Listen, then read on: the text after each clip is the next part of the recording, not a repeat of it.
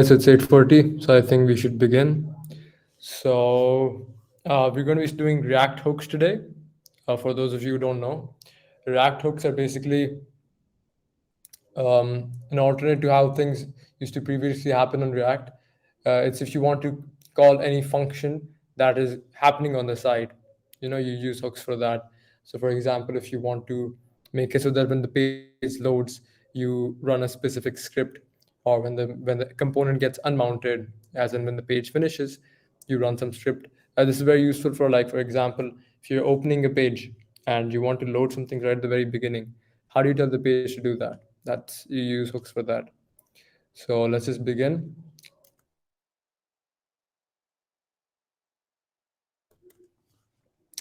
So I'm going to share my screen with you guys so you can see how exactly we're going to be doing that. Hopefully you guys have a bit of an idea of how React works, because this will require prior knowledge, at least this session does, for you to understand what exactly is going on.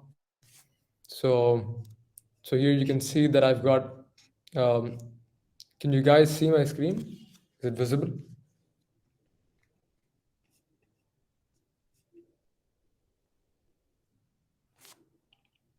Hello, anyone there? If you guys can see my screen, could you let me know? All right. So Fan's saying yes. Okay, that's nice. If you can see my screen. So as you can, let me just show you a couple of functions that we've made, and let me just run the app to show you what exactly is happening. The same app that we used yesterday, and within this app, there's a page where you will be showing a screen of doctors. So in this screen of doctors, as soon as it loads, let me show you. Yeah, so for example, you're going to have some doctors being shown here. So for that, we're going to need API calls from the server. Let's do cd server, right? And if you refresh this, all right. So we've got all of these things coming at the page start. And the interesting thing is, if you inspect the element and you go to network, you can see right at the moment you refresh the page, it makes this API call. This is called an API call. And the way this happens is that the moment this page is loaded, firstly, it makes this call, which allows this to happen. So this is what you're basically going to be doing today, learning how these calls happen, how to make these calls, right? And so the basic way that you can make them, just to show you guys the code, is this use hook. All hooks are have a common syntax. They have use followed by something. So for example, you can have use followed by state. So use state as a state hook. Then you can have use effect. If that's an effect hook, right? So you have use and you have effect. Another hook is the use memo hook, right? Use memo. Then there's a couple more. There's use fetch if you want to fetch data, right? So and all of these hooks have their own functionalities. They have their own unique syntax and the way you can write input data into them. I'll start off with the first one, which is use state, which I covered yesterday, but I'll repeat today for those of you who didn't understand it, right? So the way the use state hooks works is that you start off with this when you have functional components. It's a simple function, right? So if you have a simple function that's running and it's going to be reloaded at each page render, how do you ensure that upon each render that data is saved somewhere? It's very difficult because the function is going to be reloaded. So if you make a function, if you make like a variable in this function, variable I is equal to 0, what's going to happen is the page is going to reload and it's going to forget whatever this values previously was. So even if you do I plus plus, and it becomes 1, the variable is going to forget where it is because it's going to re-render the page every time you click on something, every time you change something, because that's the way it works in React. Every time you click on something and you have some change within the page, it re-renders that entire component, right? So in this case, we have a doctor's component. So if you were to click on anything within doctor that's interactable, it would actually re-render the whole page. This is where the use state hooks comes in, and essentially what the use state hook will do is it's going to say, okay, ask me for a getter and a setter. For those of you guys who don't know what a getter and setter is, whenever you have any variable, for example, let's suppose you have an int I, usually when you want to expose it from an external place, like you're going to be using this I from somewhere else, you don't actually give the variable itself. You give a getter and a setter to that variable. So this is what a useState kind of does. It says, okay, if you want to get this variable, this is the value you're going to use, and if you want to set this variable, this is the value you're going to use. So this is a one value. This is a setter function, right? So for example, if you want to access the is appointed variable that we've, so for example, let me just create a variable for you guys. Let's suppose you wanted to have a variable called count. The way you do that is you say const, right? Const means it's a value that doesn't change, because these two are set to be designated, like they're meant to be specific. So once you extract them, the value they're referring to can change, but the reference that points to it is going to stay the constant. That's why you use a constant modifier. This is a JavaScript syntax thing, where you, whenever you're declaring a variable, you can either call it let, var, const, or any other thing like that, right? And basically let basically says that for whatever variable you have, uh, make it so that you can change it, but this variable only exists within the current scope. So for example, if you use it outside of the scope, you won't be able to, right? So for example, if I start using I over here, which is outside the scope, I won't have access to it.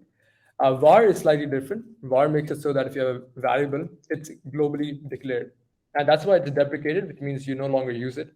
Because if you had var somewhere, you can reuse that variable anywhere. And when you have lots of code, you have lots of i's, you have lots of ints, they get mixed up if you make them global. So you want that variable to be only used within a specific scope, which is why you usually use let instead of var.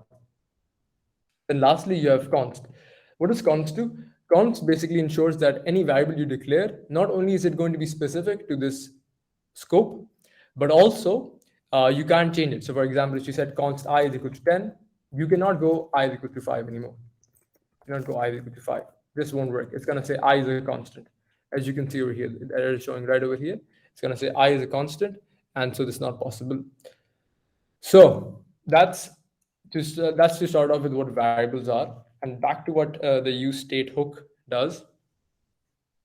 This hook will basically allow you to take any variable and then use it whenever you want to for that functional component. So instead of using normal variables, you're using a use state hook for any variables you're going to use that you want to keep permanently.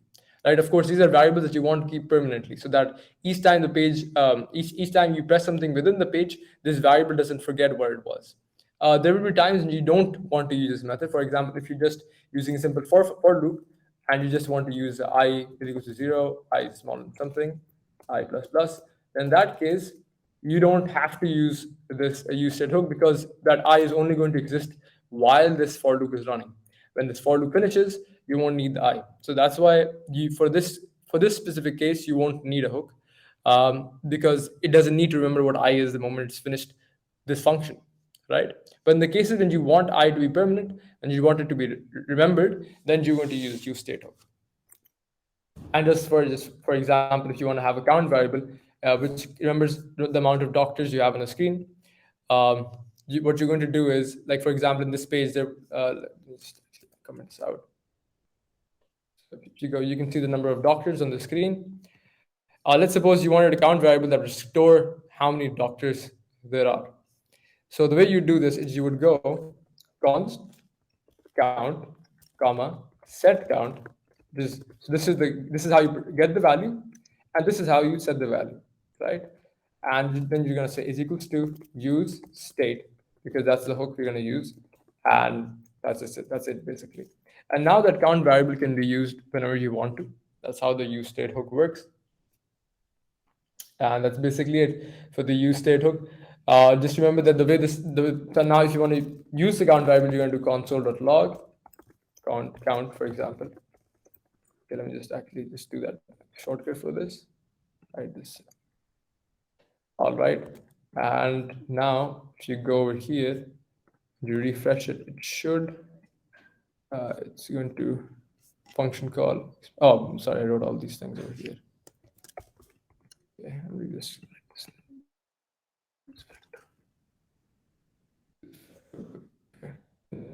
refresh this. You can see now, if you go to the console, it tells you that there's a count variable that you made. And currently you didn't assign it anything, so it says undefined. But you can see clearly it says file doctor.js line 14. There's a count variable and it's undefined. And if you go back to the count variable, we can clearly see that we didn't put anything in its initializer, right? So if you go back to the original count variable, you can see that the use state is empty. And that's because when you first use it, when you first use the use state hook in the initial declaration, the value you put in the use state function acts as the initial value of the variable. So if you had put in 0 over here, now it would set the value as 0, right? So if you go back over here, you go back to React app, you refresh, it's going to set the value as 0. And you can see that over here, it set the value as 0. So if you didn't put anything over there, it would have given you an error and said undefined. So let me just show you that. It says undefined, right? So if you put in 0, now that way, you've set the initial value. Okay, and the next thing you're going to want to do is you want to set anything. So the way that works is you'll have to use the setter that you just got, because this function actually returns a setter to you. So it kind of creates this function that is going to set the variable that you want. So in the case of count, you returned this set count, which you can use to set count, right? So it's pretty intuitive. And if you go to set count over here, you can set count to 0, or for example 10 or 100, and it's basically going to set this. And I just showed this to you on a very basic level. You can see that my page actually uses a lot of these all over it, and especially for the case of like this entire sorry, count is not defined because you use it over here. Sorry. All right. So now, if you reset the page, you can see that this page had multiple different doctors within it. And you might wonder to yourself, how does it remember what each doctor is at any point? Because it's making a lot of them and it's keeping them in its memory. And that's because I've used a use state hook for the doctors. So there's a doctor, and I've used a use state. And so it remembers every single doctor there is. So if you did console.log doctor, it's going to actually show you whichever values there are in the doctor. And this is very useful because you can have a lot of values in a single variable, because JavaScript allows objects to be used, right? And so that's basically it for use state. That's how you would use variables for it. And the setter, I described the setter and the getter. That's basically the use state hook. Let's move on to the next hook that we're going to be using. We call this the use effect hook, right? The use effect hook is basically for any side effects that you might want at a particular time. So for example, when your page is loaded, if you wanted something to happen when your page loads, you would use the use effect hook. That way, the moment your page loads, it's going to call that specific function whenever you call it, whenever it's triggered, right? So for example, on my page, you can see that there's a use effect hook that I'm using. And basically what this use effect hook is saying is that when the page is rendered, do this. All right. So when the page is rendered, do this. Right. And how do we know that this function is called when the page is rendered? That's because this use effect hook takes as input two things. The first thing is it takes as input a handler, a callback. So in JavaScript, just let me explain to you guys what the concept of callback is. We're used to having functions. Whenever you use functions, you guys usually use them in Java, etc. You're going to usually define them as this function, etc. And it takes certain input and does certain output. And you assign certain functions to it, like you return something, and you might have some if statements. And usually the way these functions work is you define them somewhere and you use them in that place, or you export them somewhere else and use the function as it is. With JavaScript, there's a concept of handlers, and the concept of a handler basically is you don't actually define the function uh, where it's used. You actually make it so that you define what the function would need when it's used. So, for example, instead of saying add, the function is add. Instead of saying function add, takes as input int a and then int b, and returns the output of a plus b.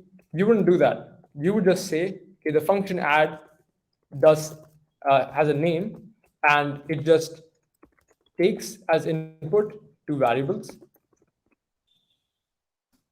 and then you wouldn't say anything else. You just say, okay, I've defined this function, and then you get to choose what you want to do with this function. So later on, if you're in another file, you can go somewhere else, and you can basically just go add, and then you can say add within this, and now you can define this function. You can say, okay, this function is going to do a specific thing for me. So you're going to say, take this A and B, take this A and B, and based on that, do a certain thing with that A and B, right? Take that A and B, whatever it was passed, wherever you passed it, and do A plus B. So basically, it allows you to define the value, define the body of a function wherever you want it, just by the fact that you're given the parameters, right? So that's basically what handlers are, and you can see exactly that happening in the use effect hook here, because if you look at the syntax of the use effect hook, this is what it looks like. You're going to have use effect hook, and the first parameter is going to be a handler. So you're going to have a handler here, and the second parameter is going to be an array, an empty array. And just to understand why this use effect hook works this way, the empty array refers to the things that it's looking for to call this effect hook. So the empty array basically says, okay, what do you want me to look at so that I can run at this side effect? So for example, if you look, if you had the variable count and you put it in this array, now it's not empty anymore. Now the use effect hook will not just run on the start of the page or the end of the page, as in when the page is deleted, as in the page is removed, as in that component is destroyed. It's also going to run each time the count variable is changed. This is extremely useful, for example, if you're within a form and you're running a Google search and you wanted that search query to change whenever a person types something else. So you would just put that search query over here, search query,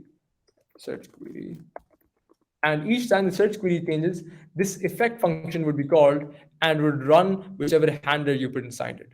So for example, and just to show you what a handler would look like, it would look something like this. This is called an arrow function within JavaScript.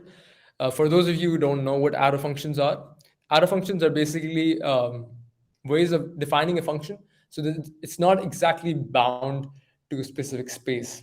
It's kind of like how when you're doing variables, you can either say there's a function that does add and it takes two inputs, A and B,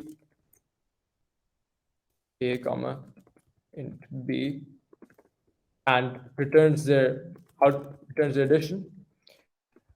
But this actually creates a function that you don't actually always want to use. What if you just wanted to use function once, right? There's no point of having this. So that's where arrow functions come in. And arrow functions basically are just a speedy syntax for the same thing. They're going to say, give me the input parameters. So input parameters are A and B. And based on those input parameters, I'm going to give you this output, which is going to be A plus B. So you took this entire boilerplate and you made this a lot smaller just by saying, okay, inputs, return the outputs. Right? So that's exactly what an arrow function is.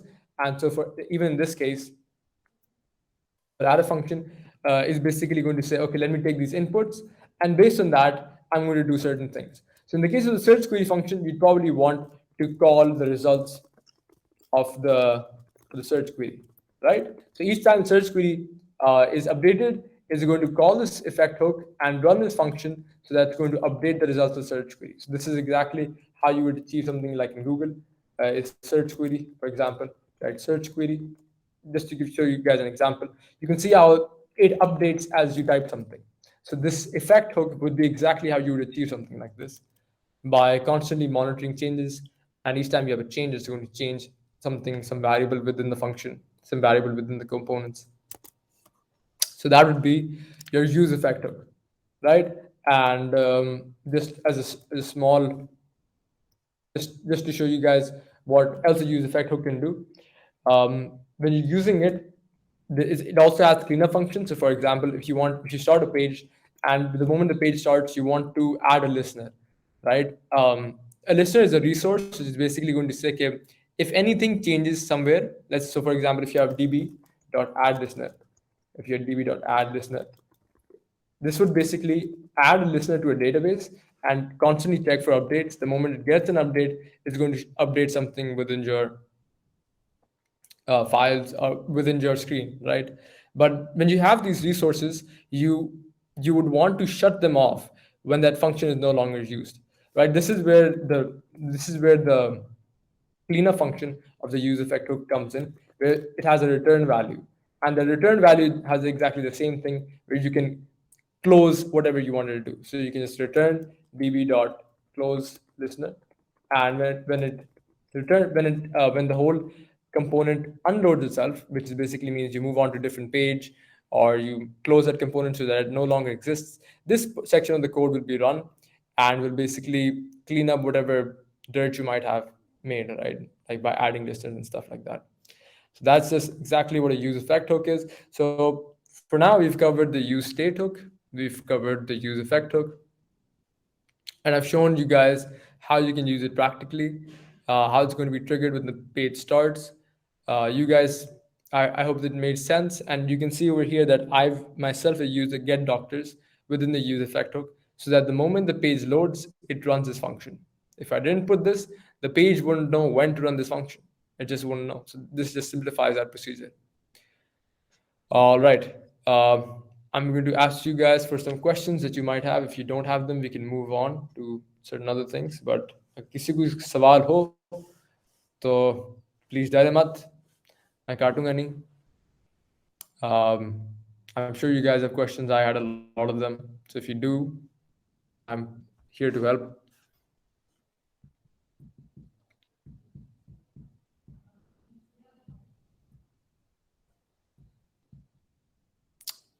All right. I'll assume that you guys get exactly what is going on, and we can move on to some other things. So, okay, we've covered these hooks. Um, there's another hook that I'll go over briefly, the use memo hook. And just to tell you guys exactly how this differs, this is very similar. The use memo hook is pretty similar to use effect hook in that it's meant to use things that trigger whenever something's changed. But the main uses of use memo hook is that if you have this variable that is going to be normally re-rendered on each page update, and you don't want the page to re-render it on each update, you can basically pass that variable as a parameter within the use memo hook, the same way you had to use fetch hook, and you can say that variable is something, right? So for example, if you had this variable, like let's suppose you made this entire component, so it's some component, and you didn't want this component to update every time the page renders, which typically happens in React. The way React works is if you have any parent component, any child component within that parent component is going to re-render each time that parent component changes. If the child changes, the parent will not re-render, but if the parent changes, all the children will actually render themselves again. So this use memo hook basically says, okay, you know what? Let's not do that. I'm just going to see. It's just going to say, let me just look at this specific data, and only if this data changes will I start reloading this component. So basically, just makes your page run a lot smoother because it removes unnecessary reloads. Right? That's a use memo hook. Just to go over a bit more hooks, we've got the use fetch hook, right? Use fetch hook will basically um, it's basically for fetching API calls and data. So, well, actually, we have access for this, but the React team actually just made this fetch hook for people who might want to use it. You can basically put in any URL over here. So, for example, you have https://localhost 3000, right, and slash doctors API, whatever you want, right? And it's basically going to go through that API and return to you the result of it. But it doesn't parse the results, so it's not very useful. So you have to do all of that yourself. It basically doesn't break it down into individual things. Like if you have a whole object, it won't separate that object into its different parts. So it's not necessarily very useful, but it's an option if you don't want to use Axios, which is the primary library for data fetching. That's a use fetch hook. All right, so that's for the most part, those are the main hooks you'd be expected to use. what else do we have? What else do we have? So we've got the use fetch hook, the use state hook. Let me just see React hooks. The rest of the hooks you probably won't be using, but in case any of you want to have a look at these hooks and the documentation or how to use them, if you guys get confused, you can just have a look at this link. It's got detailed instructions about every single hook and how to use that hook, examples of how that hook is used, and yeah, that's basically it. One more thing I'd like to talk to you guys about hooks would be creating your own hooks, right? So it's interesting that React actually gives you the ability to create your own custom hooks, and this is very useful in times when you might want to separate the logic of a component. So for example, in React, this component actually has a lot of visual aspects. So it's making certain things. It's running an added.map function, which basically says instead of making one card, make a lot of cards. And so there's a lot of logic within this component. Let's suppose you want to reuse this logic somewhere else. It's pretty difficult because this component is basically made specific to what we're doing right now. This is where custom hooks come in. Custom hooks basically say we can create your own hook by having certain things, right? So for example, you would just make this new file. You'd have a new file and you just go file, custom hook. And I think you got it. JS, right? And basically within this file, what you can basically do is you can create this function hook component basically that's going to actually use the hook,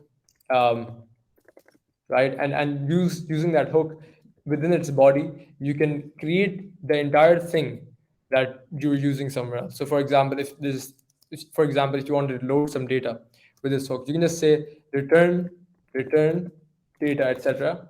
and and within this function, you can actually store the data. So you can say const data, set data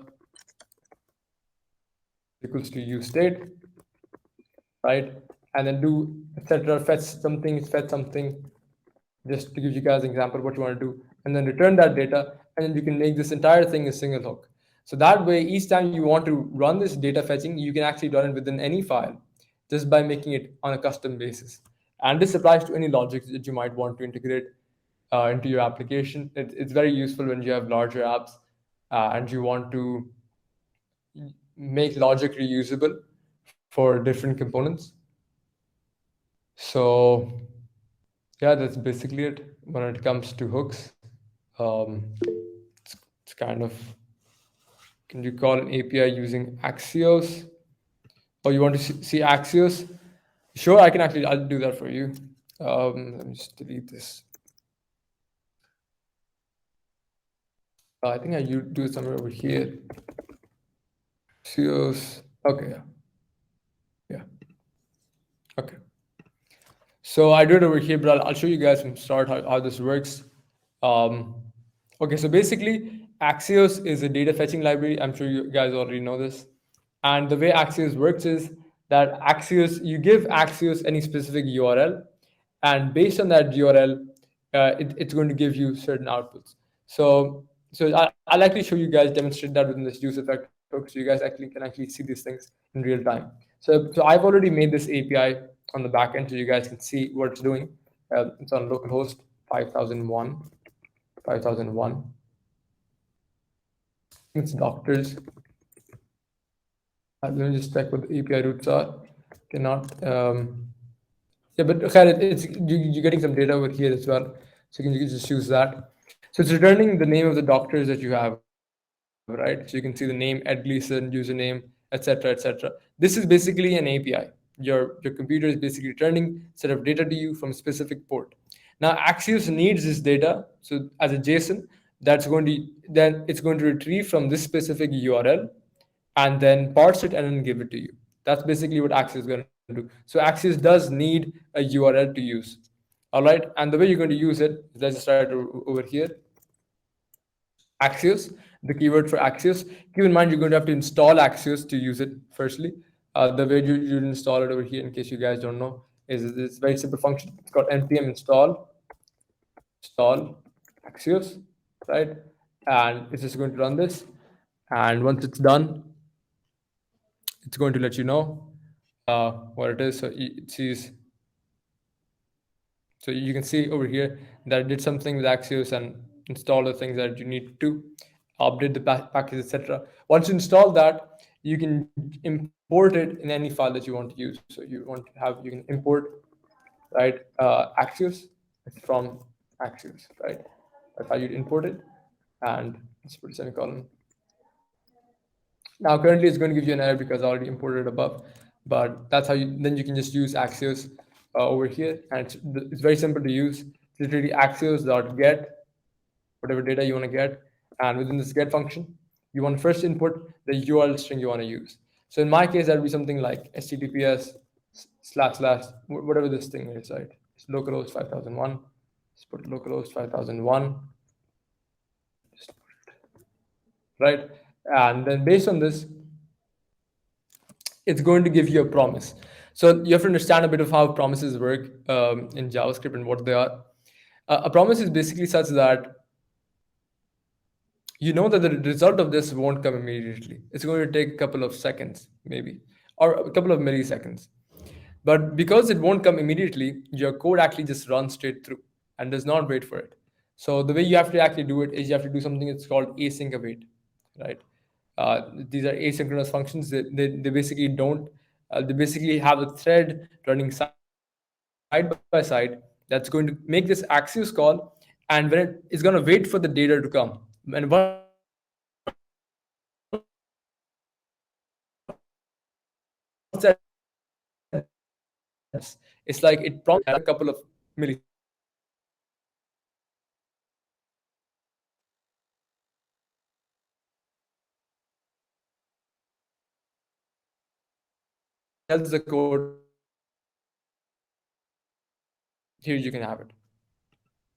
So to use this, you'd have to use an asynchronous function.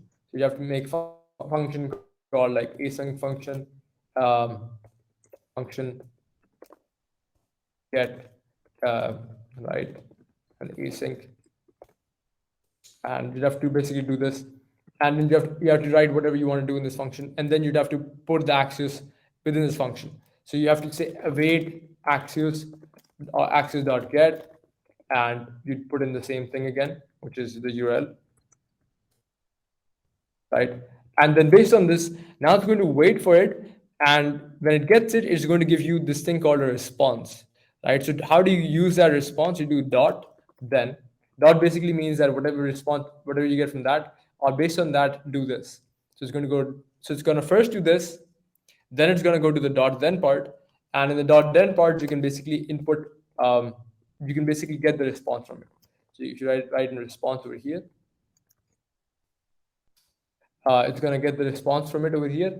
And based on this response, you can do certain things, right? So you can say, okay, now that you've got this response, do this, right? So this is where the concept of a handler comes back in, where you're actually assigning entire function as a parameter, right? It's a pretty complex concept.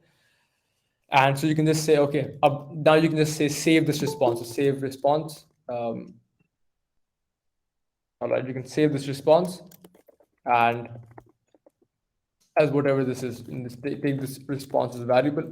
And then once it does this, you can actually close the brackets, and then you have to do dot catch. Dot catch. And dot catch is basically going to say, if anything goes wrong, what do you want me to do? Right? So you have to basically say, okay, so this whole Access thing is a 3-step process, right? You're gonna get whatever you want, and based on that, you're gonna do something with the data you just got.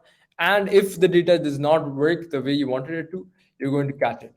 And the way the catch is going to work is it's going to say whatever error you have. I just say you can either console.log it, which is just going to print it, or you can console.warn, which is actually going to throw up an error sign that, okay, you did something wrong, etc., etc. But that's basically, if you do this correctly, you will get a working solution. And just to show you that it actually works, um, right? This is exactly, okay. My page actually uses this in a working way, right? So actually, I just something const import. Why is it not working? Resolve HTTP. I made some error somewhere.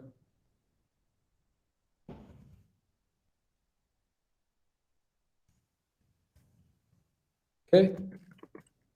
Hopefully that should work. Okay, it's giving some. Oh, probably because I installed the Axios again to show you guys. That's why it's giving the error. But anyways, the point being that you see how the page was loading behind the screen. Well, basically, the reason that page was loading was because the Axios call was working. So you can see get doctors as a function over here. It was making this Axios call. The Axios call was getting a URL. Based on that, it was getting a response. Based on the response, it was setting a variable with the data of that response and then printing out the response back to me. And then I was catching the error and logging it. And then I was calling that within the use effect hook. So each time the page gets rendered, it just calls this entire thing. So that's basically what was going on. And yeah, that's basically it. Just to explain to you Axios for the person who asked. Um, and I hope that that made sense. So yeah, we've covered Axios. We've covered. We can actually cover Axios in a bit more detail because you only did the get request. There's actually going to be a lot more. There's a post request. There's a delete request. They're all the same form. They're very similar, but how the way that the get request you're only inputting the URL. In the post request, you're also going to be inputting the data you want to send to the URL, right? So that's how it's slightly different. In the delete request, you're going to be inputting only the URL, but with a specific ID. So you're going to be saying that okay, only delete the specific ID. In the update request, you're going to be entering the URL with the ID, and also you're going to be entering some data because you're assuming that that data exists. So you're going to find it first, and then based on that, you're going to be adding some things. So it actually varies from the call to the call. So if you have a get call or you post call, but for the most part, the logic is basically the same, right? So that's basically it for Axios calls, and yeah, that's about it. That's just it. Just a small tip for you guys: if you're going to be doing Axios debugging, you can actually see if the call is made or not by this thing over here, network. So when you refresh the page, if the call is being properly made, your network will actually have the request over here, and you can actually see this in any service. If you have, for example, Google Photos, etc., assuming that you can actually let me just let's go to you. No, this is MongoDB. Okay, this is a good example. So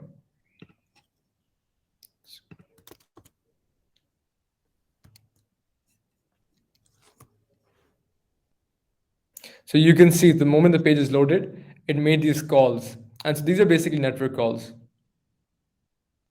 And these network calls are basically going to tell you, okay, something was fetched, right? So you can say the fetch request. You can actually see who called this, who made this call, and whether it's a fetch request or an XHR or whatever that is. But the point is, so if you're using Axios, you'd want to be doing this a lot to see if your page is actually calling the calls that it needs to for it to work, right? That's just generative for you guys. It's called inspect element, and go to the network tab. So guys, that's basically it for today.